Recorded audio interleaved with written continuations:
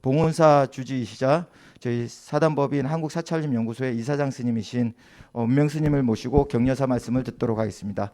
예. 모두 합장 부탁드리겠습니다. 안녕하세요. 반갑습니다.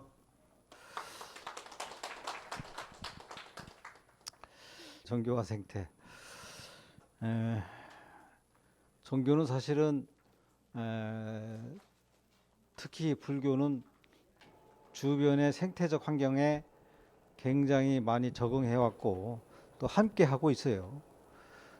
부처님 말씀은 모든 만물을 다 평등하게 바라보고 있고 작은 미물이나 우리 사람과 같이 바라보고 있는 것이 바로 불교의 어떤 입장이에요. 그런 입장에서 봤을 때 이 모든 주변의 생태는 우리가 신경 안 쓰고 살아갈 수 없습니다. 근데 우리는 인간의 욕심이라고 하는 것이 끝이 없어요. 그래서 보편적으로 많은 분들이 주변 환경 생태를 바라보고 살지 않습니다. 그런 때 우리 종교계에서 주변 생태와 함께 가는 그러한 종교가 돼야 되지 않겠나 생각이 되어집니다. 오늘 이런 주제 발표는 바로 종교와 생태가 함께하는 이 세상의 모든 만물이 함께 공존해야 하는 이런 시대가 이제는 우리 사람들 마음속에 공감해야 된다라고 하는 것을 이제 많은 사람들이 알았으면 하는 그런 바람으로 이런 세미나를 하지 않겠나 생각을 합니다. 오늘 이런 세미나를 통해서 우리 사람들은 이 공간에 사람들의 것만이 아니고 모든 만물도 똑같이 이 세상을 공유할 수 있는 다 자격이 있고 권리가 있다. 그래서 그것을 우리가 이 종교계에 있어서 나서서 이렇게 해주면은 많은 분들이 그거에 따라가지 않을까 생각이 되어집니다. 그래서 오늘 사실 뭐 이게 작은 세미나라고 볼 수 있지만은 그 의미는 우주적으로 크다고 볼 수가 있어요. 그래서 작지만은 큰 울림이 있지 않겠나 생각이 되어집니다. 오늘 이렇게 주제 발표하시고 참여하시는 모든 분들께 감사드립니다. 감사합니다. 이사장 스님께 감사의 예를 표했으면 좋겠습니다. 예, 감사합니다, 스님. 예. 예.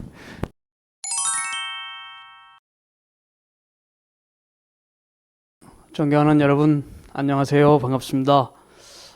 K종교인문연구소 소장 이명권입니다. 오늘 이처럼 제1회 종교와 생태라는 주제를 가지고 한국사찰림연구소와 저희 K종교인문연구소가 연합학술대회를 개최하게 되었습니다. 함께해 주신 여러분에게 다시 감사를 드리고, 특별히 오늘 봉은사 원명 주지 스님께서 이렇게 격려사를 해주시고, 또 당국 여러분들께서 자리를 협조해 주셔서 대단히 감사합니다. 무엇보다 또 발표에 응해 주시는 여러 종교 전문가 내지는 또 생태 전문 발표자들에게 다시 한번 심심한 감사를 드립니다. 사실은 지금 지구환경 위기 시대에 우리가 와 있고, 종교가 해야 할 일들이 여러 가지 많이 있지만, 여러 가지 시급성을 따져보더라도 평화, 상생, 공존, 이 체제 속에 한 지구촌에서 우리가 살아가는 아주 위기의 시대에 살고 있습니다. 피부로 느끼는 그러한 중요한 시점에 무엇보다도 큰 화두는 역시 생태라고 하는 주제죠. 그래서 전문가 되시는 또 오충현 기조 강연해 주실 분도 함께 해 주시고, 또 각 나름대로 오늘 7분의 발표자께서 각자의 입장에서 나름대로 고견을 가지신 것을 연구 성과물을 함께 나누기로 되었습니다. 이 시간 깊이 있게 한번 참가해 주시고, 마지막 종합 토론 시간에도 끝까지 함께 해 주셔서 오늘 유종애미 제1의 종교와 생태가 앞으로 향후 계속 지속적인 좀 더 깊은 연구와 전문가들이 함께 함으로써 이 사회와 환경과 생태의 지구촌 보존과 변화의 발전에 유익한 도움이 될 수 있는 제2회 생태 세미나도 또한 기대하면서 오늘 여러분과 함께한 것을 다시 한번 깊이 감사드립니다. 끝까지 참여해 주시면 대단히 감사하겠습니다. 고맙습니다.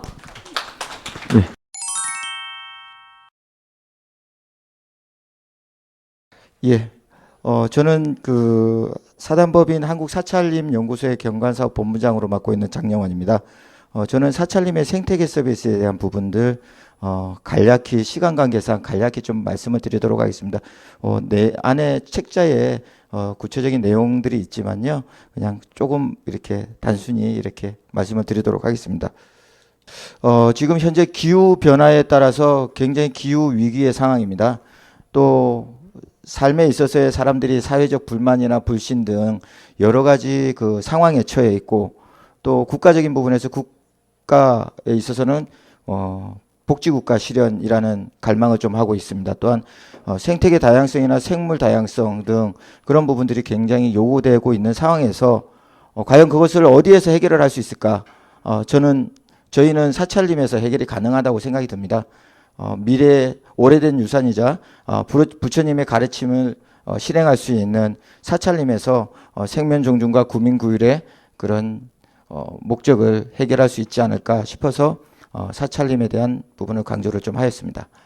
네, 사찰림의 개념들, 일반적으로 사찰림 하면은 사찰에 있는 땅이겠지라고 하지만요, 실질적으로 저희는 이제 사찰림이란 부분이 사유림의 일종으로서 불교적 전법 수행과 사회 공익적 가치를 더하여 사찰의 경내 풍치를 보존할 목적이나 사찰 운영상 필요한 운영비 및 자재의 조달을 목적으로 사찰이 소유 또는 관리하고 있는 살림을 사찰림이라고 저희는 말씀하고 있습니다. 일반적인 사찰림의 종류인데, 조선 후기 시대에는 선제봉산, 황장봉산 여러 가지가 있는데, 지금도 송광사 뒤에 가면은 굉장히 큰 참나무류가 많이 있습니다. 그는 율목봉산으로 선정이 되었기 때문에 지금까지도 그 나머지 잔재가 그렇게 남아 있지 않나, 그런 생각을 하고 있습니다. 네, 사찰림에 대한 기록적인 부분입니다. 과거에 그 영조시대 때 승정원 일기에 보면은 다른 지역의 살림은 굉장히 황폐했는데 사찰림은 참 잘 가꾸어졌다라는 그런 기록도 있고, 조계산 송광사 사고 살림부에 본다면은 송광사에 대한 부분에서 나무를 100주를 베었으면은 500주를 심어서 그거를 가꿔라라는 그런 기록도 좀 있습니다. 네. 현재 사찰림은 그 전국에 한 524개 사찰림이 좀 있는데요. 전체적으로 17,000여 개의 사찰이 있습니다. 거기에서 전통 사찰은 한 900여 개가 좀 넘는데 986개소가 있습니다. 그 중에 조계종의 사찰림이 조계종이 한 786개소 되는데 아무튼 현재 전국의 사찰림은 국토의 0.8%, 그다음에 산림의 1.4%를 소유하고 있는 대부분 그 조계종에서 소유를 하고 있습니다. 사찰림의 생태문화적 가치를 말씀드린다면은 일반 산림과는 틀리게 역사문화적 가치, 생태적 가치, 교육 이용적 가치, 관광 휴양적 가치를 지니고 있습니다. 일반 산림과 비교를 한다면은 2020년 산림청에서는 221조라는 산림의 가치를 내세웠는데요. 그러면 우리 종교적인, 관광적인, 교육, 휴양 뭐 여러 가지 가치를 가지고 있는 사찰림은 얼마만큼의 가치를 가지고 있을까라는 궁금증으로 저는 사찰림의 생태계 서비스, 특히 가치 평가를 이렇게 했는데 나름대로 뭐 학자마다 방법이 다 틀립니다. 중요한 것은 일반 산림과 사찰림을 비교했을 때 어마어마한 의미를 내포하고 있다는 것을 말씀드리고 싶습니다. 예, 2010년도, 2005년도에 세계적인 학회에서 생태계 및 생물 다양성의 경제적 가치를 반영하지 못해서 그런 거를 확보하지 못해서 생태계 및 생물 다양성의 지속적인 손실이 일어나고 있다고 그렇게 하였습니다. 그래서 지금은 생태계 서비스에 대한 가치가 왜 필요한지, 그런 생물 다양성, 종 다양성, 생태계 다양성의 부분에서는 꼭 생태계 서비스가 필요하다라는 의미를 말씀드릴 수 있습니다. 네, 일반적으로 생태계 서비스란 뭐냐? 인간이 생태계 기능으로부터 직접 또는 간접적으로 얻는 편익을 말합니다. 결론적으로 생태계가 우리 인간에게 주는 편익을 말씀드릴 수 있습니다. 그거를 생태계 서비스라고 하는데 그 부분에서 사찰림은 어떤 정도의 어느 양의 어떤 내용의 혜택을 우리한테 주느냐, 그런 부분을 결론적으로 말씀드리겠습니다. 네, 일반적으로 생태계 서비스라면 공급, 조절, 지원, 문화 서비스가 있습니다. 공급이라는 부분은 물을 공급한다든가 아니면은 식량을 공급한다든가 그런 부분이고, 조절이라는 거는 기후를 산림에서 기후를 얼마나 조절하는가, 수질을 얼마만큼 조절하는가, 그런 걸 의미합니다. 또 문화라는 거는 특히 우리 종교 사찰림은 깨달음, 사찰림을 통해서 깨달음, 영감, 이런 부분을 말씀드릴 수 있습니다. 예. 생태계 가치 평가의 유형입니다. 이 부분은 전문적인 부분이라서 그냥 넘어가도록 하겠습니다. 그래서 공급 서비스라면은 생태계의 공급 서비스라면은 작물 생산, 수문 안정, 유전 자원, 이런 부분을 말씀드릴 수 있습니다. 그다음에 조절 서비스라면은 기후 조절, 산소 공급, 이런 부분들. 그다음에 문화 서비스라면은 우리 사찰림 가면은 예전부터 그냥 가면은 낫지 않습니까? 마음부터 편하니까는 낫지 않습니까? 그다음에 며칠 있다 보면 피부병도 낫고, 물을 오래 마시면은 또 위도 좋아지고, 오늘 이 자리에 누구라고 말씀드릴 수 없지만은 산림에서 병원에서 포기를 했지만은 산림에서 치유를 해서 이제 말끔히 나신 분도 이 자리에 계십니다. 네, 그래서 우리 사찰림은 치유와 명상, 그다음에 자연무산, 역사문화에서 간직하고 있고, 그다음에 정신적, 종교적 깨달음을 주는 곳입니다.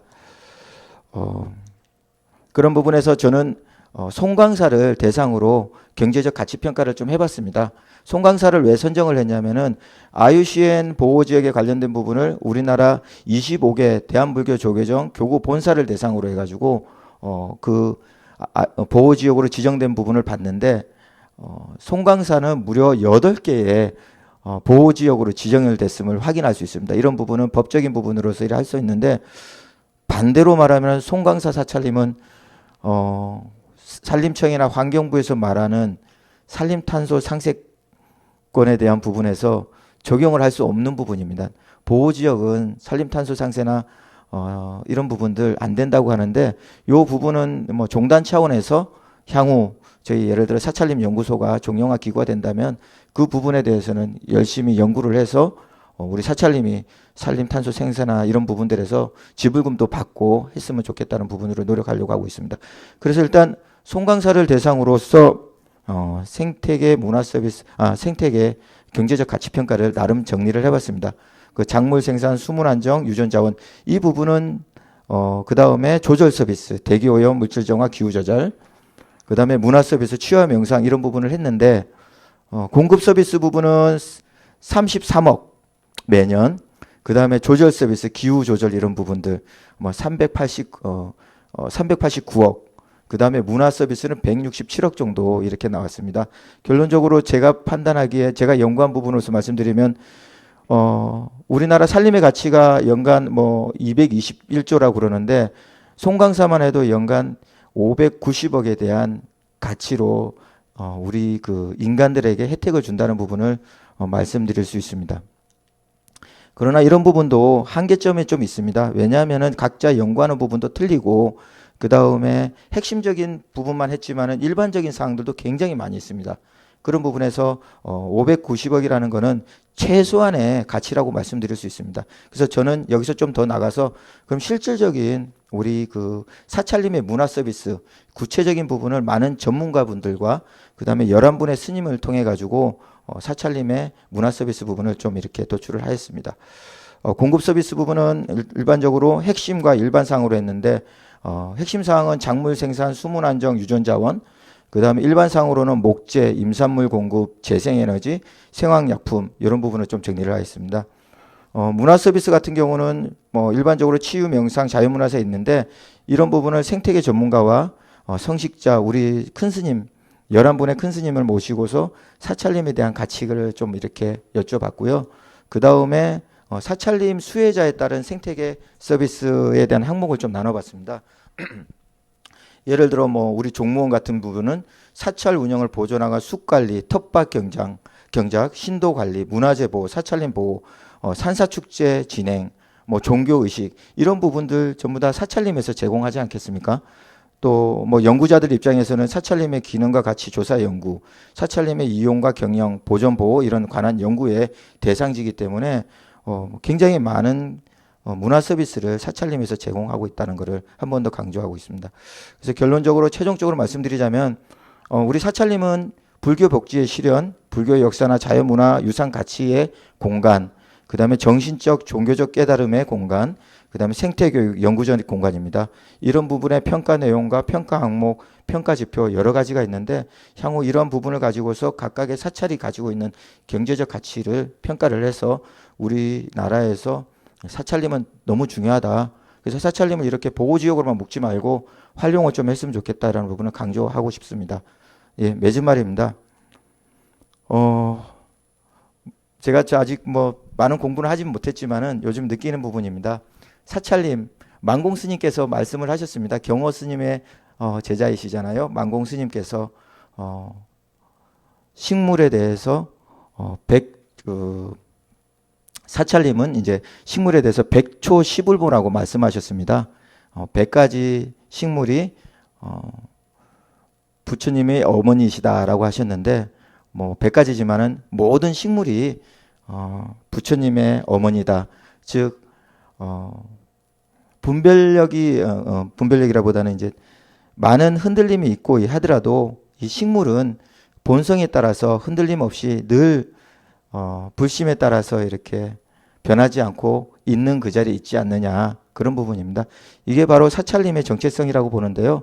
사찰림에서 앞으로 많은 거를 배우고 많은 부분을 또 보호 관리를 해야 되겠다는 부분 마지막으로 강조하면서 발표를 마치도록 하겠습니다. 감사합니다.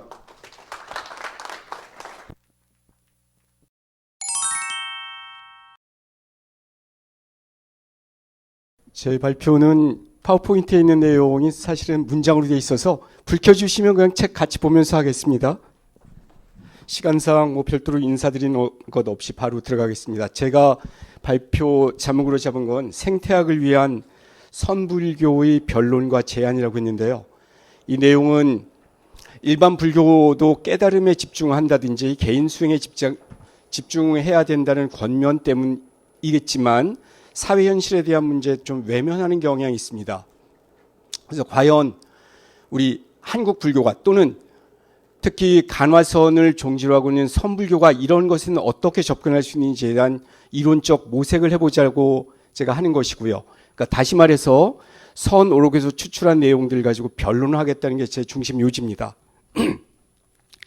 첫째 장에 있는 것 쭉 간단히 읽어드리면, 선불교에서는 사실 깨달음조차도 수단으로 전락시켜서 부처를 만나면 부처 죽이고 살불살조라고 하는 내용이 있죠.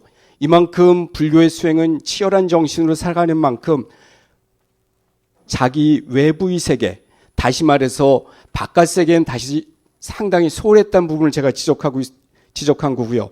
불교는 이런 생태의 위기와 환경의 파괴, 인권의 유린이나 구조적 모순 등에 대하여 중도의 논리를 제시하며 양비론이라고 하는 기묘한 해답으로 현실적 문제에 대하여 책임 있는 답변을 하지 않는 태도를 보이는 것은 아닌가 하는 의문은 오래전부터 많이 받아왔습니다. 이러한 현실적 문제들 가운데 특히 생태 문제에 대하여 선불교의 자기 변명에 가까운 논리를 세우겠다는 것이 제 글의 요지인데요.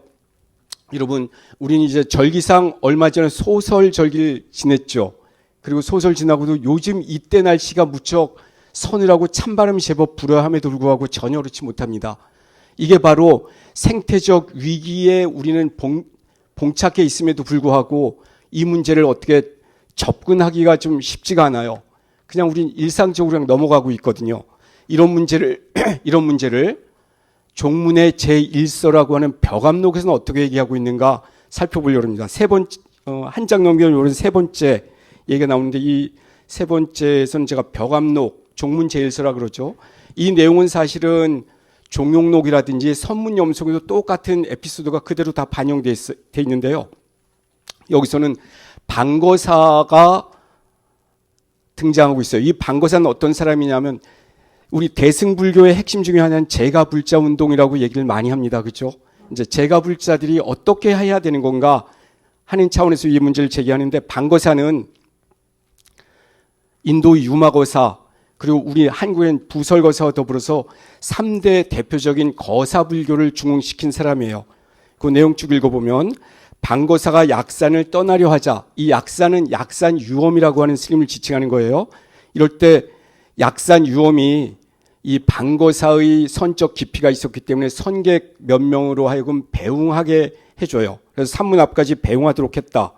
방거사가 하늘에서 내린 눈을 가리키며 말했다. 펄펄 내린 눈이 다른 곳에 떨어지는 것이 아니구나. 이때 전시성을 가진 선객이 물었다. 이 책마다의 번역은 좀 다른데 전 이렇게 해석을 하고 있는 거예요. 다른 곳이 아니라니, 그러면 저 눈송이들이 도대체 어느 곳에 떨어집니까? 이 말을 듣고 방거사는 선객을 내리쳤다. 그러자 선 전객이 말했다.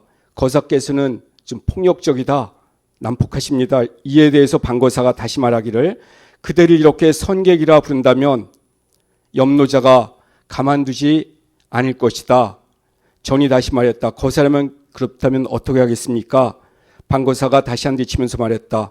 눈으로 보는 것이 맹이 같고 입으로 말하는 것이 벙어리 같다.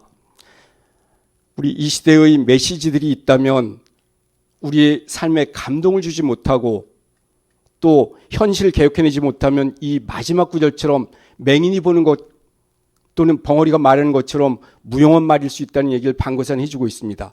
이 방거사는 여기 있는 것처럼 어떤 사람이냐면 약산유엄에게 공부하고 마조도일과 같이 공부했어요.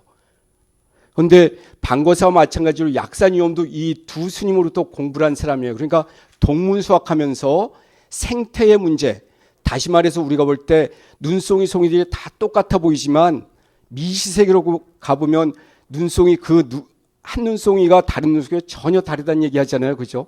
미시세계와 거시세계를 어떻게 통합해낼 건가로 이 선옥을 오독해내기 시작한다면 생태 문제에 대해서 선옥이 어떤 접근 방법을 제시해 줄 수 있는가 한번 찾아내 볼 가능성이 있다는 거죠.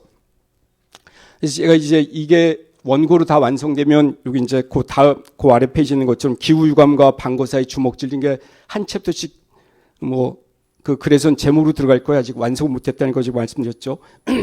자, 이제 이 42칙에 대한 수시, 선옥에서 얘기하는 수시는 말 그대로 들여서 다 보여준다는 거예요. 큰 플래카드를 내리 걸어 놓는 것처럼 우리 이런 걸 하겠다. 마치 플래카드를 걸어 놓는 것이 수시에 해당되죠. 이 수시에는 다음과 같은 시가 있습니다. 밝고 밝게 빛나는 태양은 하늘 높이 솟아있고 상쾌한 맑은 바람은 대지를 감싼다. 이제 자, 그렇다면 여러분들은 말해보시라. 옛사람들에게 오히려 잘못된 것이 있었는가? 이 말은 옛 것은 올바랐다. 적어도 생태적으로는. 그런데 현재 우리는 잘못된 삶을, 폐역한 삶을, 무도한 삶을 살고 있다고 천둥친 소리를 들려주고 있습니다. 자, 이제 벽암록 또 같은 책의 40칙, 좀 전 42칙을 얘기했는데 40칙에는 여러분들도 가끔 하는 생태에 대한 문제를 얘기할 때 이 문제 자주 얘기하는 건데요. 육궁대사와 남전화상이 대화하는 내용을 제가 가지고 왔습니다. 여기에는 그 중에 일부분은 승조법사가 말하기를, 이 승조법사가 말하기를 요 부분은 육궁대부가 얘기하는 거예요. 이제 천지가 나와 한 뿌리요 만물이 나와 한 몸이라 했는데 참 대단하지 않습니까? 이렇게 얘기하자 남전이라는 스님은 바로 그 자리에 뜰하게 있는 꽃 한 송이가 있었는데 그 꽃을 가리키며 대부에게 이렇게 얘기를 해줘요. 사람들은 이 한 폭의 꽃을 꿈속에서만 보는 듯 보고 있다고. 맹인이 말하는 것, 장님이 보는 것, 이것들은 현실 세계에 직입하지 못하고 왜곡된 삶을 살도록 유도한다면 가끔씩 침묵은 현실의 부정에 대해서 옹호하는 쪽의 편을 들기도 하죠. 그죠? 최근에도 우리는 이런 생태위기라고 하는 문제와 더불어서도 이태원 참사라든지 세월호 문제라든지 또 여러 가지 사회 부조리들에 대해서 번거롭고 귀찮아서 외면하고 자기 수행에 집중했을지 몰라요. 또 영적인 것을 탐구하는 사람이 자기만의 영성을 탐구한다고 그것들을 외면하고 있었을지 모른다는 거예요. 그런데 이런 사람들에게 남전이라고 하는 스님은 얘기를 하는 거예요. 꿈속처럼 그렇게 살지 말라고. 이런 말들에 대해서 다시 한번 반성해 볼 필요가 있을지 모르겠다는 점입니다. 자, 그 다음 장, 우리 시대는 도대체 무엇인가? 제가 이제 할 45분까지죠? 15분? 45분. 네. 우리 시대는 스웨덴 출신의 그 사회학자 가운데 울리히 백이라는 사람이 우리 시대를 위험사회라고 규정하고 있었어요. 그 이제 도표 보면 봉건사회와 산업사회 그리고 위험사회로 직입하고 있다 그러는데 이 위험사회는 고도의 기술로 인해서 환경이 무참히 파괴되고 있다는 점을 지적하고 있는 거예요. 근데 울리백이 얘기한 위험에 대해서는 더 여러 가지가 있는데 이것은 나중에 책이 나오면 책으로 봐주시기 바라고요. 그 다음엔 제가 또 하나 우리 시대를 규정할 수 있는 건 피로사회 또 성과사회 이런 얘기들이 있죠. 피로사회에 대한 얘기는 제가 같이 좀 읽어볼게요. 시대마다 그 시대에 고유한 주 질병이 있다. 21세기의 시작은 병리학적으로 볼 때 신경증적이라 규정할 수 있다. 우울증, 소진증 후군 등 신경증적 장애들은 타자의 부정성을 물리치는 것을 목표로 한다. 면역학적 접근이 불가능한 경색성 질환으로 긍정성의 과잉으로 인한 질병이기 때문이다. 다시 말해서 긍정성이라고 하는 것은 할 수 있다. 더 잘 살자. 기술 개발하자. 이러다가 드디어는 트랜스 휴먼이라고 하는 독특한 이제 이 인공지능의 시대는 우리 인간은 폐기가 될 가능성까지 있을지도 몰라요. 그렇죠? 이 한병철은 이런 성과 과잉, 주체가 과잉된 시대가 얼마나 폐역해져 있는가. 그래서 우리 인간들 모두가 만성 피로증후군에 빠져 있다고 지적하고 있다는 얘기인데 이것도 선호록과 결부시켜서 주요한 논제로 끌어가 보려고 이런 얘기를 했고요. 자, 그런데 생태는 한마디로 저는 밥상에 있는 밥이어야 된다. 음식 같은 것이어야 된다. 이런 점에서 저는 고진아라고 하는 시인의 글을 여기 적었는데 고진아 시인 글은 생략하고 이런 생태적인 음식 그리고 이것이 정신적으로 보면 올바른 인문학적 소양이 되겠죠. 그죠? 우리 정신의 음식은 이런 인문학적 가치인데 우리 시대는 인문학에 대해서 관심이 없잖아요. 사실 이렇게 오신 분들만 해도 제가 보면 대견한 분들이에요. 사실은 바깥에 훨씬 쾌락적이고 또는 뭐 돈과 관련된 것 정보들이 난무한데 이런 데 와서 이거 듣는 건 불편한 점에도 불구하고 와주셨거든요. 자, 그런데 불교는 매 끼니마다 오관계를 읊도록 얘기해주고 있어요. 다시 말해서 천지의 한 방울의 물, 한 줌의 공기, 낙엽 하나 이런 것들이 내 삶과 다르지 않다라고 하는 얘기를 해주고 있어요. 그래서 요즘 이 오관계 잘 읊진 않는데 내용을 읽어보면 그래요. 이 음식이 어디서 왔는가? 내 덕행으로는 받기 부끄럽네. 마음에 온갖 허물을 버리고 육신을 지탱하는 약으로 와라. 도업을 이루고자 이 공양을 받습니다. 이것은 한때 봉은사 다련에 살았던 법정 스님이 번역한 거예요. 원문은 조금 원문 한문을 보면 조금 좀 달리 있는데 문장은 아주 참 명문이죠. 근데 최근에 우리 대한불교 쪽에서 온 새로운 공양계가 또 나올 텐데 공양계 그건 아래 적어놨으니까 좀 보시고 시간 내에 하기 위해서 자 오늘 이 절집은 지장제일이었어요. 지장제일은 돌아간 망자들 위해서 기도하는 날인데 종교는 생태학적으로 망자들을 소환해 주는 겁니다.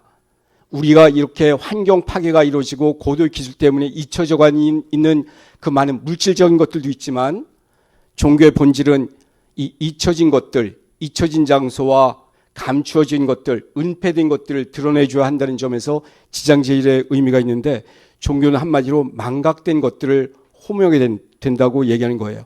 한마디로 이 망각의 근본 의도는 뭐 때문인가 하면 이 망각시키지 않으면 우리가 불편해지거든요.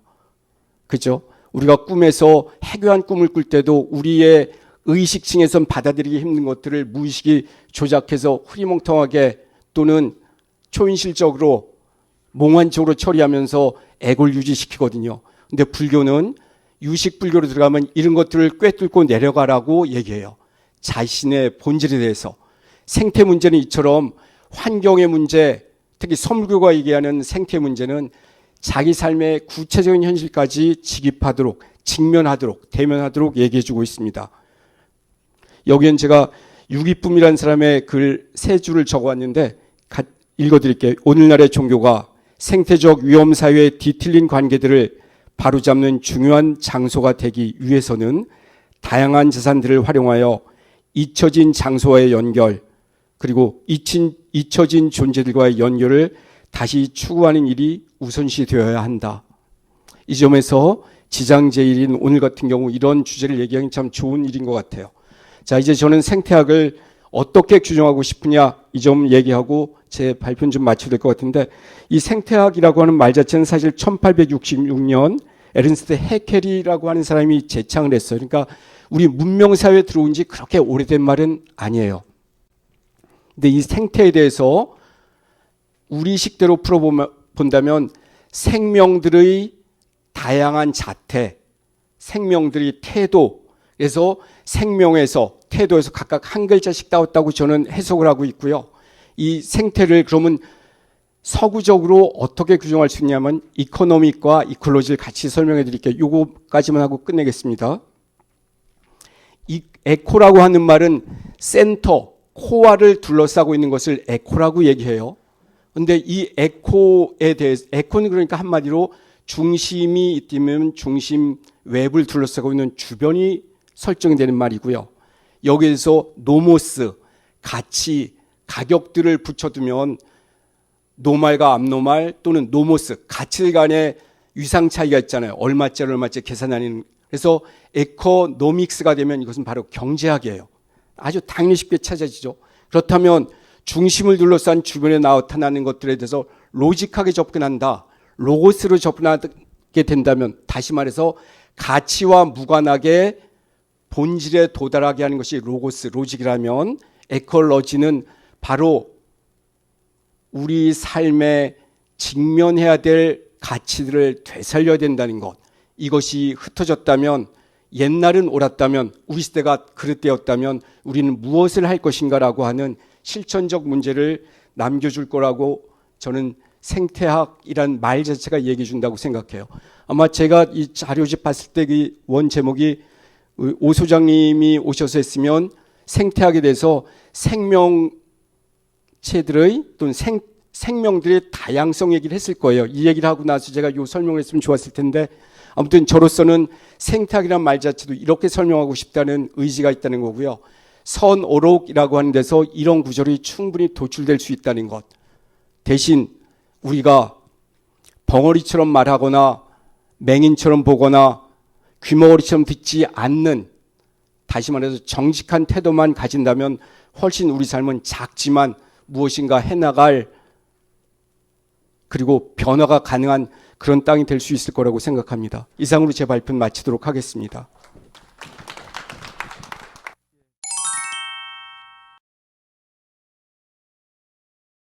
네, 안녕하세요. 저는 동국대학교 동서사상연구소의 김영주라고 합니다.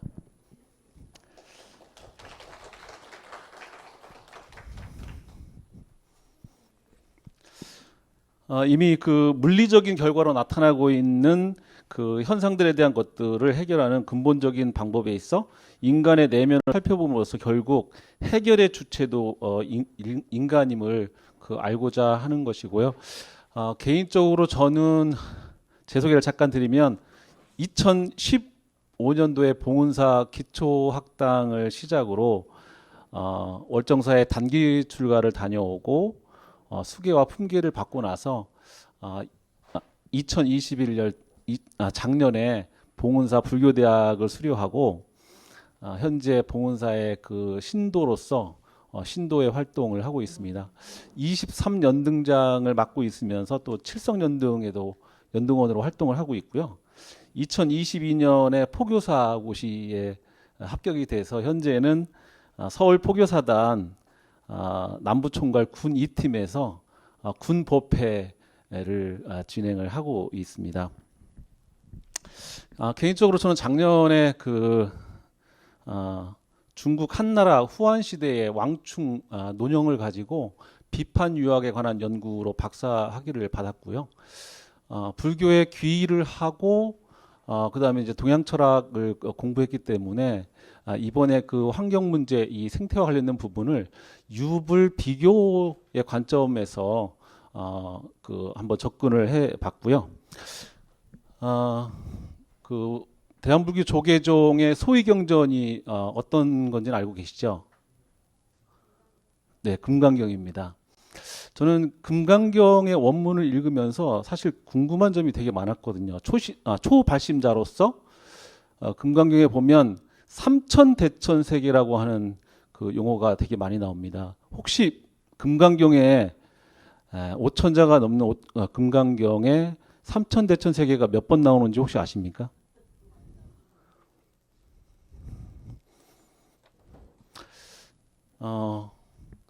그 금강경 그 32분 중에 제8 의생 출생분, 제11 무의 복승분, 제13 여법 수지분, 제19 법계 통화분, 제24 복지 무비분, 제30 일합 일상분 해서 총 이 분야에 7번의 삼천대천세계라고 하는 불교 용어가 나옵니다. 저는 거기에 초점을 두고 궁금증이 생겨서 사실은 이제 이 부분을 준비를 하게 됐고요. 그 부분을 해결하려고 보니까 그 불교의 시간과 공간의 개념을 이해하지 않으면 알 수가 없더라고요. 그래서 이 소논문의 진행을 유불 비교의 시간과 공간에 대한 개념, 근본적인 차이 부분을 이야기하고 그 다음에 불교의 시간관, 그리고 불교의 공간관, 그리고 불교 용어에 나오는 그 세계라고 하는 거에 대한 그 부분을 진행을 하면서 어떻게 생태 문제를 이 불교의 우주론으로 해결할 수 있을까에 대한 부분을 한번 나름대로 준비를 해보았습니다. 뭐 49페이지의 불교 대표적 교리에 대한 부분은 다 알고 계시기 때문에 50페이지로 넘어가서 그 세계에 대한 부분을 잠깐 말씀을 드리면, 세계라고 하는 이 단어는 불교에서 유래된 말입니다. 그 능엄경에 세는 세상, 머물지 않고 변하는 것을 이야기하고 계는 경계, 방위를 이야기합니다. 그래서 이 시간과 공간을 우리는 이제 시간은 세니까 우주라고 할 때에 이 주에 속하고, 질서라고 할 때에 이 서에 속하고요. 공간은 우 그리고 질, 코스모스 그리고 카오스에 대한 그런 부분들까지도 같이 이해를 할 수가 있습니다. 그래서 시간은 아시는 것처럼 불가역적이면서 질서가 있고, 공간은 가역적이면서 무질서하다라고 하는 그런 부분들을 이해하면서 유교와 불교의 그 시간적인 관점을 가만히 생각해 보니까 불교는 무한하면서 영원하고, 그렇기 때문에 그 무궁한 그런 부분들에 있어서 열반, 해탈을 하지 않으면 안 되는 그런 부분들이 있는가 하면 유교는 유한하고 그러니까 현세가 중요하게 되니까 끝없는 개발, 어떤 성장을 해야 되고 그렇게 하다 보니까 미래를 생각하지 않게 되니까 그런 문제들이 발생을 한다라는 그런 생각을 하게 된 거죠. 그래서 불교에서 이야기하는 그 삼천대천 세계에 대한 그런 부분들을 하나씩 이제 이해를 하게 된 겁니다. 그 삼천대천 세계가 지금 이 공간에 얼마나 많이 있죠? 그 삼천대천 세계를 구현해낸 것이 어디에 있죠? 저는 각 사찰에 있다고 보았습니다. 그 사찰 건축의 평면 구조를 보니까 그 삼천대천 세계를 그려놓은 우리가 알고 있는 그 가상의 세계라고 했던 그런 부분들을 현실의 이 사찰의 구조에 뭐 이렇게 다리가 있고 냇물이 있고부터 해서 쭉 당간, 부도밭, 일주문, 금강문, 그리고 해탈문, 그리고 사물, 탑, 배례석, 석등, 뭐 대웅전, 무설전 이런 식으로 해서 이 삼천대천 세계를 이 사찰의 구조에 형성해서 놓았다라는 것을 알게 되었습니다. 그 불교의 그 시간 관념에 있어서는 그 숫자 개념에 대한 부분들을 좀 이렇게 알아야 되는 부분들이 있어서 아승지 또는 찰나, 겁, 그리고 시간의 방향에 있어서의 과거, 현재, 미래, 그리고 시간의 변수, 그 인드라망에 대한 그런 부분들을 좀 이해를 해야 되기 때문에 그런 부분들을 좀 거론을 했고요. 이런 부분들에 있어서 그 서양에서 그 아인슈타인의 일반 상대성 이론, 어떤 시간의 전후 개념 이런 부분들을 생각하지 않을 수 없었고, 우리가 질량이라고 하는 거에 그 에너지 법칙의 그 E는 mc의 제곱이라고 하는 그런 부분들, 질량이 있는 모든 물질은 에너지를 소비한다라고 하는 것이죠. 그렇기 때문에 저는 나중에 이 부분을 가지고 질량이 갖고 있는 그런 존재가 에너지를 소모한다라고 하는 그런 부분들에 있어서 어떤 그 생태의 어떤 위기로 전환이 될 것이다라고 하는 그런 부분들을 이야기하고자 했습니다. 불교의 시간관은 비록 조잡하고 신화와 종교적 요소들로 가득 차 있지만 만약 우리가 인류 사상 발전사의 관점에서 이 문제를 대한다면 인류의 그 사고 발전에 기여할 수 있다라고 하는 그런 생각을 했습니다. 그런 부분들에 있어서 예전에는 시간관념이 이 공간에 있지 않으면 함께 할 수 없었지만 지금은 영상에 의해서 과거라고 하는 부분도 나중에 그 시간에 또 볼 수 있게 됐잖아요. 결국은 시간과 공간을 초월해서 우리가 살 수 있는 그런 세상이 되었다라고 하는 그런 부분들을 이해하시면 되겠습니다.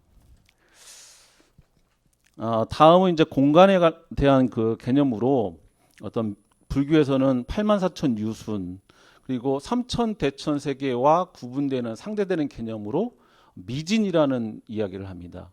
그래서 티끌이라고 하는 그런 부분들에 대한 부분을 이해할 필요가 있다. 그리고 이제 겁변 이론, 그래서 성주 개궁에 대한 그런 부분을 이야기하는데 이거를 현대에 우리가 한마디로 이야기하면 저는 메타버스라고 이야기를 하고 싶습니다. 가상과 추상의 이 메타와 유니버스 현실 세계를 합쳐 놓은 이런 부분들, 이것이 인공지능, 가상현실 그리고 NFT라고 하는 것과 함께 이렇게 되면서 결국은 최근 한 3년 동안의 이 코로나 이 상황을 계기로 해서 그런 세상이 펼쳐졌다라고 하는 겁니다.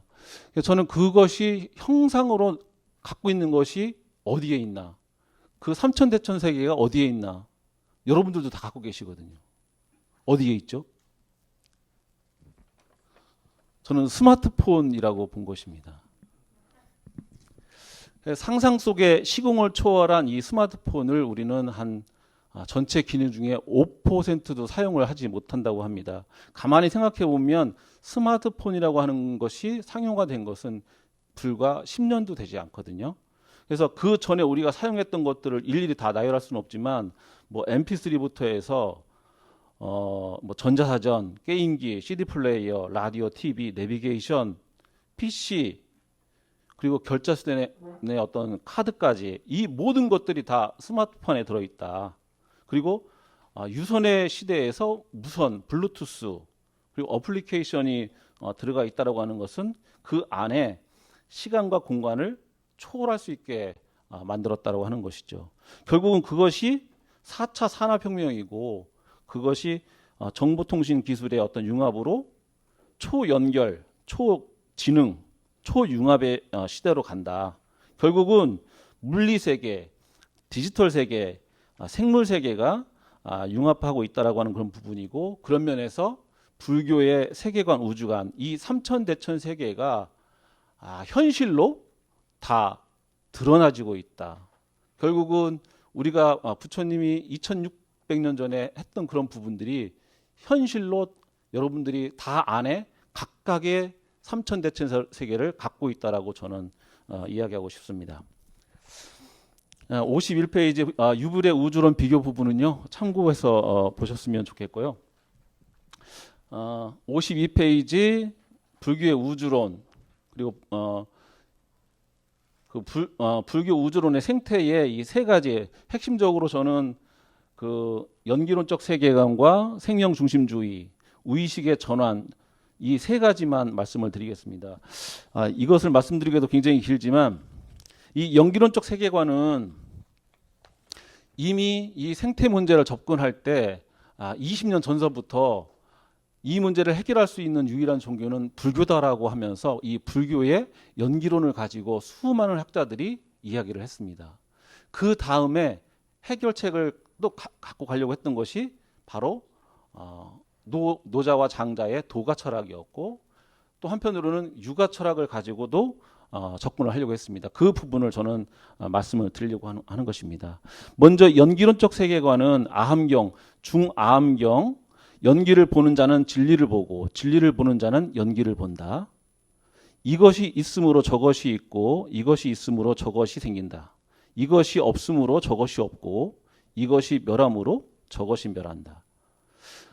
그리고 잡아함경에도 그런 내용들이 있고요. 그런 부분들을 가지고 저는 한 번 정도 더 깊이 있게 이제 이 그 연기론적 세계관을 생각을 해야 된다라고 한 거고, 이 불학의 네 가지 연기설을 제시할 때 업감 연기, 아래 연기, 진여 연기, 법계 연기를 이야기하면서 이 네 가지의 연기론을 불교의 저는 본체론으로 생각을 한 것입니다. 결국은 본체와 현상은 본래 불가분의 관계이기 때문에, 따라서 이 현상을 말하면 본체를 말하지 않을 수 없다. 비록 연기설이 네 가지로 구분되지만 실제로는 일심에서 벗어나지 않는다. 결국은 과거와 미래, 그리고 현재의 이것을 우리는 일상, 생활이라고 합니다. 그것을 능엄경에서는 상속이라는 표현을 쓰더라고요. 다음은 생명중심주의입니다. 이 부분은 제가 이 방법론적인 내용들을 이 PPT에는 넣어놨고요. 이것을 이해하는 데는 원래 불교에는 본래 우주론이라는 말이 없습니다. 기세관, 중생세관이라는 말만 있을 뿐입니다. 그래서 이 기세관과 중생세관에 대한 부분을 이야기하면서 화엄경의 제20품 야마궁품 개참품을 보면 화엄경 4국에 약인 요교지, 삼세일체불 응관법계성, 일체유심조라고 되어 있습니다. 결국은 이런 모든 부분이 아까 제가 불가분의 관계라고 했는데, 그 10법계의 차이는 모두 마음에서 지어지는 것이다 라고 하는 그런 부분들을 말씀을 드리면서, 화엄의 저는 법계관, 사법계, 이법계, 이사무의 법계, 사사무의 법계, 즉 사사무의 법계의 중중무진 연기를 이해하면 결국은 이 모든 것이 다 연결되어 있고 상호 의존 관계에 있다라고 하는 것을 알게 된다는 것입니다. 마지막으로 제가 의식의 전환이라고 이야기를 했는데요. 유교에서는 공자의 주체성을 이야기합니다. 그걸 결론적으로는 자기 한계에 대한 자각을 해야 된다고 하는 것인데요. 뭐 논어 2인편에 자왈, 군자유, 어위, 소인유어, 리. 그리고 논어 의령공편에 자왈, 군자, 고궁, 소인, 궁사라무이라고 하는 표현. 그리고 논어 양화편에 자왈, 성상근, 습상원야라고 하는 그런 부분들을 통해서 결국은 인간의 어떤 도덕성, 도덕 수양의 문제로 천인 합의를 해야 된다. 이런 부분들이 바로 유학에서 이야기하는 그런 부분들입니다. 그런 측면으로 생태 문제를 해결해야 된다라고 하는 거죠. 결국은 유학에서는 공부론, 심성론, 결국 인간과 자연은 하나다라고 하는 걸로 이야기를 하려고 하는 것입니다. 그런 측면에서 저는 그럼 그런 부분들이 이 불교에는 어디에 있을까? 그것을 바로 석가모니 부처님의 탄생계인 천상천하 유아독존에서 찾으려고 하는 것입니다. 그게 어떤 주체적인 그런 부분들을 가져가야 된다. 결국 이 세상의 주인공은 나다. 그러면 그런 문제들을 만들고 했던 것도 인간이기 때문에 인간인 본인이기 때문에 그것을 해결해야 되는 것도 결국은 나라고 하는 것이고 그런 어떤 주인의식을 갖는다는 것이 결국은 책임의식으로 해결할 수 있는 근본적인 방법이 될 것이다라고 저는 생각해서 이런 내용으로 이야기를 하게 됐습니다. 서양의 철학자 스피노자는 한 그루에 사과나무를 심겠다고 했습니다. 그런 마음으로 한다라고 하면 이런 부분들을 조금이나마 이 생태 문제를 물질적인 부분이 아닌 이런 쪽으로 해서 해결을 할 수 있지 않을까 하는 그런 마음으로 자료를 준비했습니다. 이상으로 마치겠습니다. 예, 감사합니다.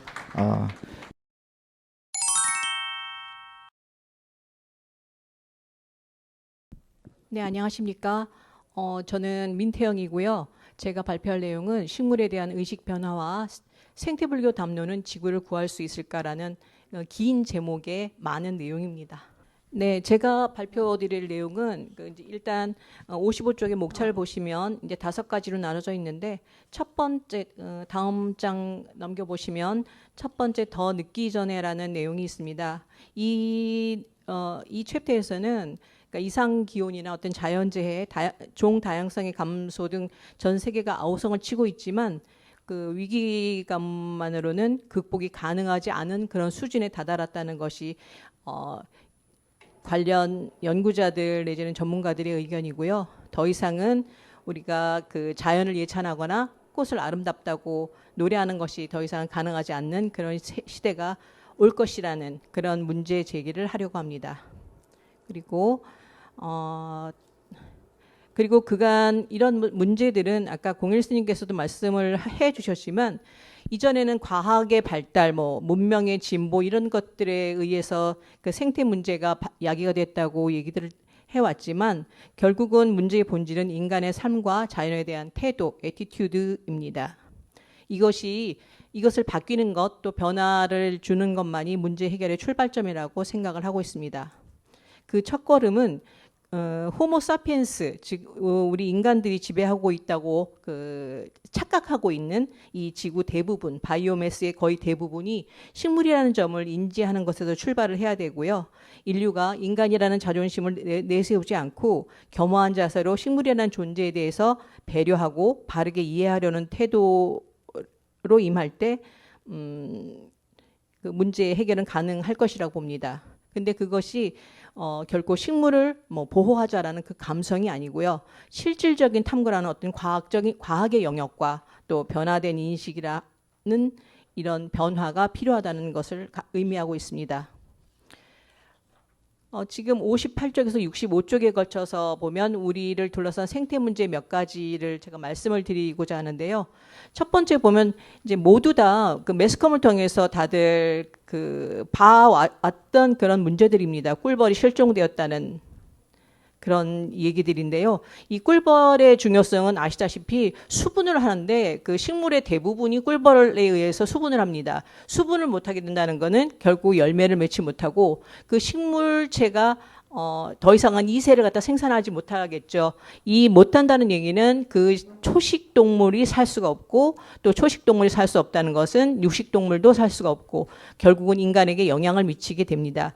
그런데 꿀벌의 실종은 그 여러 가지 의미가 있어요. 특히 그 기후 이상 기온에 의해서 애들이 그 계절을 파악을 못해서 바깥으로 일벌들이 일을 하러 나갔다가 계절 파악을 못해서 중간에 들어오면서 얼어 죽게 되는 그런 사고를 겪기도 하고요. 인간들이 직접적으로 저지른 그런 잘못의 경우에는 그 우리가 잘 아는 그 다국적 제약사 바이엘의 네오니코티노이드의 그 방제, 응애류를 잡기 위한 그 방제류를 살포하는 데서 오기도 합니다. 이런 모든 것들이 복합돼서 꿀벌들의 면역력을 떨어뜨리게 되고 또 집단으로 폐사하는 그런 상황도 오게 됩니다.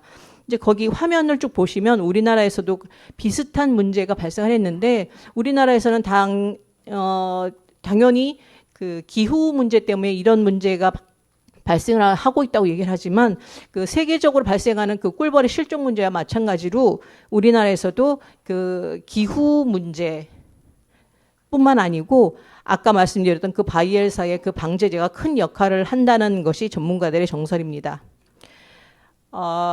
지금 다음 쪽 60쪽을 보시면 60쪽부터 61쪽에 걸쳐서 보면 파키스탄 대홍수의 얘기가 나옵니다.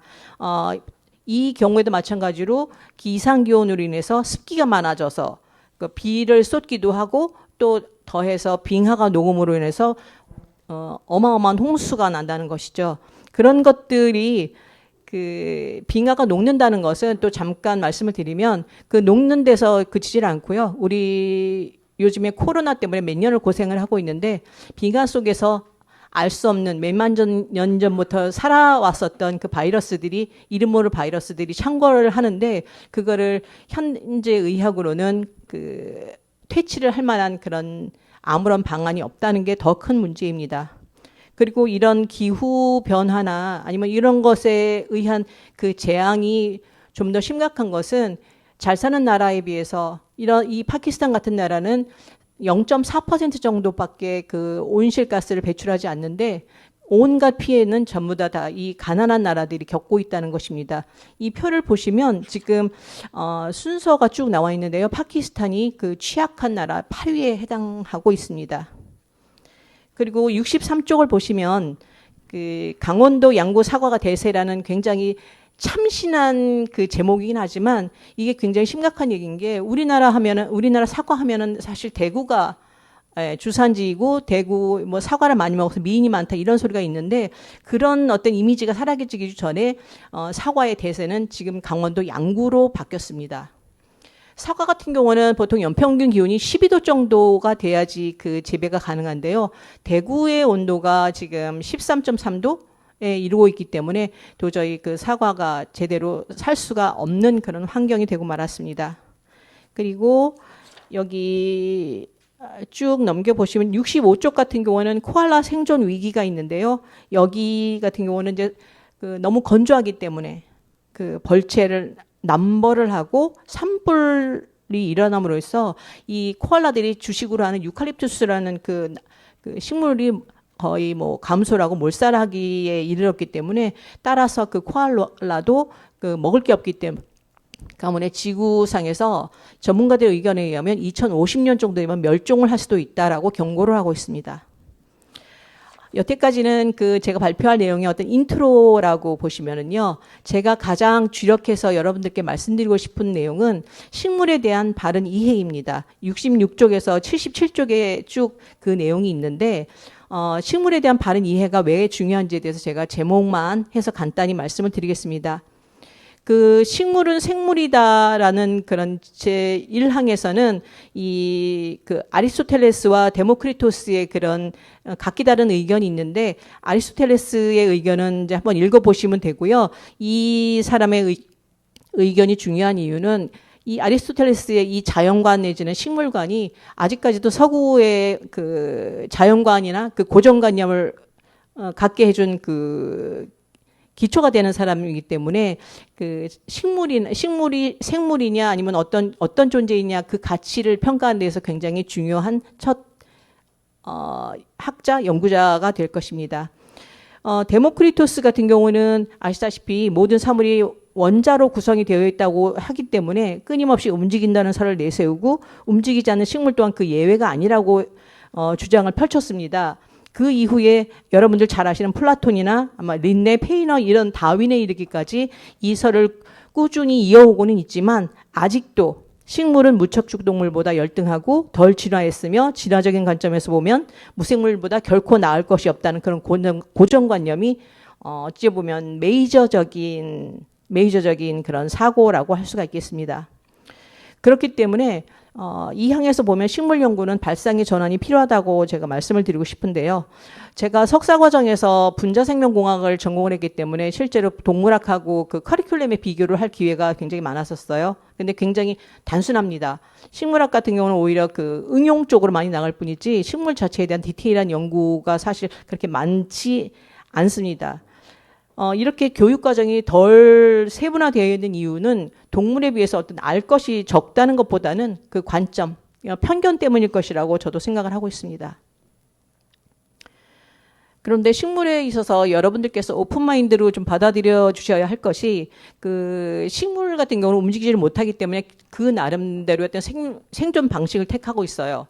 그렇기 때문에 인간이나 동물 같은 경우는 팔이 하나가 떨어져 나갔다든지 하면 그쪽은 완전히 기능을 못하는 데 비해서, 식물 같은 경우는 그 몸체 자체가 모듈화가 되어 있기 때문에 그 안에서 모든 걸 다 해결할 수가 있어요. 잎사귀 하나가 떨어졌다고 해서 잎사귀로서의 기능을 못하는 게 절대로 아닌 것은 잘 알고 계실 거라고 생각합니다.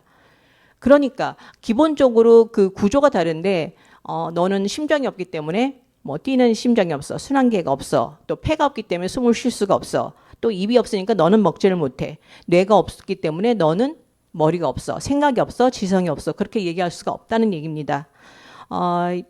제 PPT에서 보면 이 부분을 여러분들께서 좀 집중적으로 읽어주셨으면 하는 게요.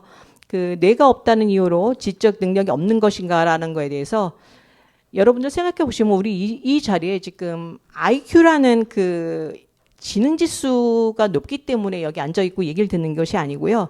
그 지능지수라는 것이 오히려 논리적인 그 사고를 가지고 판단을 하고 관계성을 인식하는 그런 어떤 감성지수, 이모셔널 코션트나 아니면 상대방의 감정을 잘 이해하고 타인과 잘 어울리는 그런 사회성 지수, 이런 것들의 의미에 훨씬 더 가깝다고 생각이 됩니다.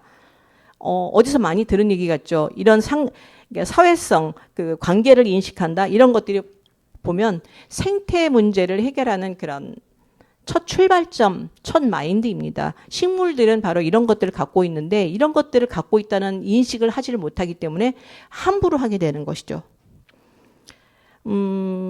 그렇기 때문에 식물 연구에서 간과하지 말아야 될 것은 방식은 같지만 구조 자체가 다른다는 점을 반드시 이해하는 것이 중요하다는 것입니다. 나머지 밑에 뭐 마이클 폴란이든지 스테파노 망쿠소 같은 경우는 굉장히 어떤 진보적인 식물학자인데요. 최근에 그 식물의 어떤 지능이나 감성 이런 부분에 있어서 굉장히 그 각광을 받는, 한마디로 좀 트렌디한 식물학자입니다. 관련 저서를 한번 꼭 찾아서 읽어보시기를 권해드리고 싶습니다. 그 다음부터는 많은 그 사례들이 있는데 제가 이거를 일일이 그 열거를 해드리기에는 굉장히 시간이 모자라고요. 어떤 얘기냐면, 그 사탕 단풍나무 같은 경우 그 71쪽을 보시면, 우리 사탕 단풍나무는 뭐냐면 우리 메이플 시럽 있죠. 그 단풍나무를 의미합니다. 공격을 받으면 화학물질을 내보내서 야, 지금 위험해, 위험 요소가 지금 나타났어 하고 위험 신호를 전달한다는 것이에요. 그리고 두 번째 야생담배 같은 경우에도 노린재를 불러내서 그 자기를 뜯어먹는 그 애벌레를 없애게끔 하는 그런 전략이 있다는 것이고요. 그다음에 71쪽 보시면 파리지옥 같은 경우에는 무작정 곤충이 들어가면 잡아먹는다고 생각을 하시겠지만 절대 그렇지 않고요. 그 타이밍을 맞춰서 본다는 것. 일정 시간 동안 몇 번을 갖다 터치하지 않고선 다치지 않는다는 것.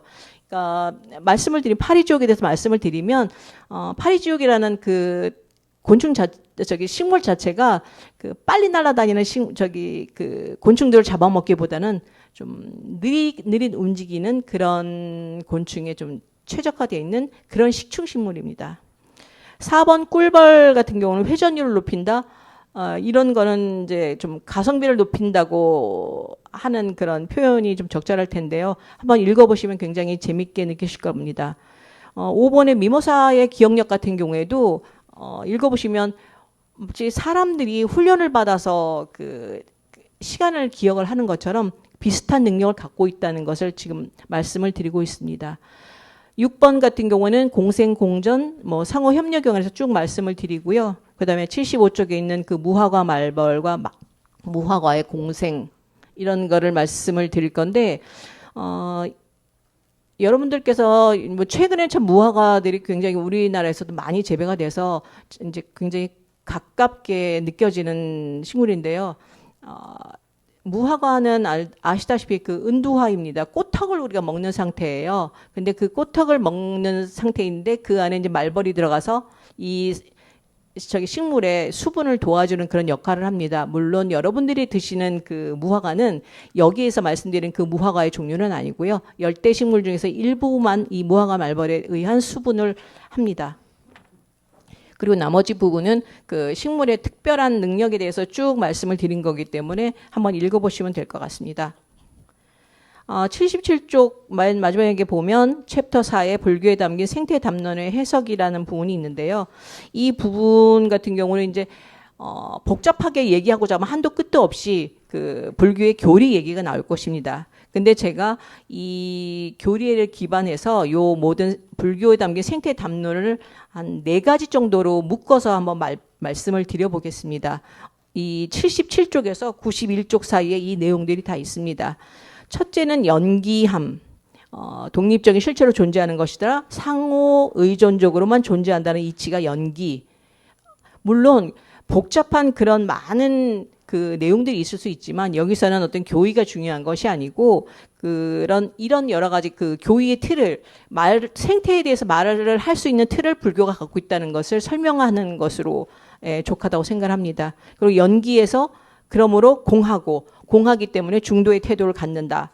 이런 것들이 이제 어떤 패키지처럼 묶여 있는 그런 그 교의이거든요. 이런 것 하나 하고, 그 다음에는 너무나도 잘 아시는 불교에서 말하는 살생하지 말라는 것이고, 초기에는 이렇게 살생하지 말라는 아주 다양한 그런 쭉 제가 그 예시로 들었다시피 법망경부터 해서 여러 가지 경전에 충분히 많은 내용이 들어있는데, 대승에 와서는 보다도 좀 적극적으로 소극적 불살생에 그치지 않고 적극적으로 어떤 불교의 윤리적인 삶으로 확대 실천하라고 가르치고 있는 상황입니다. 그러니까 생태적인 측면에서 보면 두말할 나위가 없을 것 같습니다. 그 다음에 보시면 이제 그 불성에 관한 얘기가 나오는데 이 개념 같은 경우는 생태적인 관점에서의 핵심은 한편으로는 불성의 대상인 중생의 개념을 연기와 공성이라는 그 근본적인 교의에 의해서 확대를 시켜서 모두 다 불성을 가지고 성불을 할 수 있다고 이런 이제 교의를 펼치기 때문에 함부로 할 대상이 없다는 그런 의미를 우리들에게 깨우쳐 주고 있습니다. 초목성물론에 대해서는 이론도 많고 이게 일본 것이다라는 그런 일본의 사고방식이다 이런 식으로 많이 얘기를 하는데 그거는 아니고요. 초목성물론이 왜 가능한지에 대해서는 1, 2, 3, 4, 5번에 걸쳐서 제가 그 교의의 그 체계, 논리 체계를 쭉 적어놨기 때문에 한번 보시면 될 것 같습니다. 그리고 다음으로는 이제 그 4번째 마지막으로는 공업의 개념이 있어요. 같이 저지르고 같이 업을 받는 이렇다는 내용인데 특히 이 공업 얘기를 할 때면 열반경의 교진여품이 가장 대표적으로 4대의 의미를 들어서 얘기를 하고 있는데 너무나도 익숙한 얘기일 것 같습니다. 현실적으로 인간의 행동이 자연계에 미치는 영향이 절대적이라면 주변을 둘러싼 자연과 사회 현상을 등한시할 수도 없고, 인간의 행위가 사회 제도와 문화 등 주변 환경에 의해서 크게 좌우되기 때문에 그 환경 파괴나 그 문명의 폐해에 대한 그 불교에서의 공업론적 자연 인식 표출이 생태 담론에서 매우 유효하다고 할 수 있겠습니다. 그렇다면 이 모든 말씀드린 그 논리를 기반으로 불교의 자연관과 생태 담론을 연결하는 점, 또 미래 지향점은 무엇일까요? 첫째로 보면 앞에서 말씀드렸다시피 연기나 공성 이런 문제를 제기를 하면서 모든 요소 간의 관계성을 중시했다는 점이고요. 두 번째는 불교의 자연관이 지니는 최고의 가치가 생명을 중시한다는 점이겠고, 세 번째는 다른 존재들에 대한 평등을 설한다는 점입니다. 우리 인간이나 식물이나 주변이나 똑같다 하는 점이겠죠. 그러면 여기서 불교의 친자연적인 메시지를 갖다가 해석을 어떻게 해야 되느냐 하는 문제가 나오는데요. 여태까지 말씀드린 이론은 사실 개개의 이론이라기보다는 굉장히 유기적인 관계의 이론입니다. 밑에서 보시면 쭉 내용들이 지금 5가지로 제가 말씀을 드리고 있는데, 제일 중요한 게 4항과 5항이에요. 읽어보면은 중요한 것은 기본적으로 불교 논지 속에 이미 불살생이나 연기론, 불성론 등 생태 담론을 대변할 만한 불교 고유의 문제의식이 충분히 배태되어 있으므로, 이런 교리들이 생태 철학의 바탕이 되기 위해서는 현대적인 또 현대화의 맥락에서 재해석하는 연구 태도가 필요하다는 것입니다. 그리고 처음부터 불교의 논지에서 크게 벗어나지만 않는다면 소위 개개인의 근기에 맞게 불교의 이론을 현대화할 수 있는 그런 유연성이 필요하다는 얘기입니다. 이게 연기가 워낙은 그런 의미가 아니었는데 이런 식으로 이제 파고들기 시작하면, 교학적으로 파고들기 시작하면 이 생태 문제와 불교의 관계에 있어서 영원히 불교 속에 갇혀 있게 되는 그런 폐해를 낳게 됩니다. 그리고 5번째, 무엇보다도 생태와 환경의 문제를 단순히 개인의 윤리적인 행위에서 문제를 찾는 것이 아니고 과학의 문제라는 점 또는 인식을 해야 됩니다. 결국 과학, 여태까지 말씀드렸던 그 식물의 제대로 된 이해, 이런 것들을 말씀을 드리는 건데요. 과학적인 관점에서 문제 제기가 요구되고, 이런 점에서 식물이나 생태 등에 대한 지식과 바른 이해가 불교 윤리에 더해져야 된다는 것이 핵심입니다. 결론적으로 말씀을 드리면 생태와 종교 철학이 인간과 삶에 대해서, 환경에 대해서 관심을 갖는다는 게 그 공통점을 갖고 있다고 해도, 그 문제를 파악하는 방식은 관심 그 이상의 더 현실적이고 보다 분석적인 방식이어야 한다는 의미일 것입니다. 자, 마지막 이제 92쪽에 보시면 이제 식물에 대한 바른 이해와 그 불교 생태 담론이 함께 해야 할 일, 이것이 이제 제가 말씀드리고자 하는 내용들의 이제 마지막 결론 부분일 텐데요. 생태계의 기본 요소인 식물에 대한 제대로 된 이해와 불교가 가진 관련 이론을 현실에 맞게 재해석하는 일, 생태적인 행동 규칙을 생활화하는 일 모두가 생태계의 복구를 위해서 우리가 먼저 해야 될 일입니다. 그리고 자연에 대한 겸손을 한 자세를 견지하며 그들의 가치와 역할을 감성이 아니라 눈에 보이는 과학으로 인정하는 자세, 막연한 애정과 사랑이 아니라 행동 규칙으로 정하여 생활하는 자세가 필요하기도 합니다. 이미 이제 말씀드렸다시피 불교 안에는 많은 좋은 생태 관련 그러니까 키워드들이 있기 때문에 여기에 더해서 우리가 불교의 수행, 명상 이런 것들을 통해서 좀 더 업그레이드를 시킬 수가 있을 거라고 기대를 하고 있습니다. 4번 같은 경우는 비슷한 내용이기 때문에 한번 읽어보시고요. 맨 마지막 장 한번 봐주시면 되겠습니다. 오늘의 주제를 이 몇 문장으로 정리하면서 회항하고자 하는데요. 큰 제목, 자존심을 버려라입니다. 인류가 인간이라는 자존심을 세우려 하는 대신에 겸허한 자세로 식물이라는 자연적인 존재에 대해 배려하고 바르게 이해하려는 자세를 가지며 불교 속에 가진 생태 담론을 교학 너머의 현실적인 과학 이론으로 승화시키려고 할 때 지구는 되살릴 수도 있습니다. 이게 유일한 방법이 아니고요. 제가 제시드린 것은 식물에 대한 바른 이해가 생태를 문제를 해결할 수 있는 키워드 중에 하나이기 때문에 되살릴 수도 있다라고 마무리를 짓고 싶습니다. 이상 발표를 마치겠습니다. 감사합니다.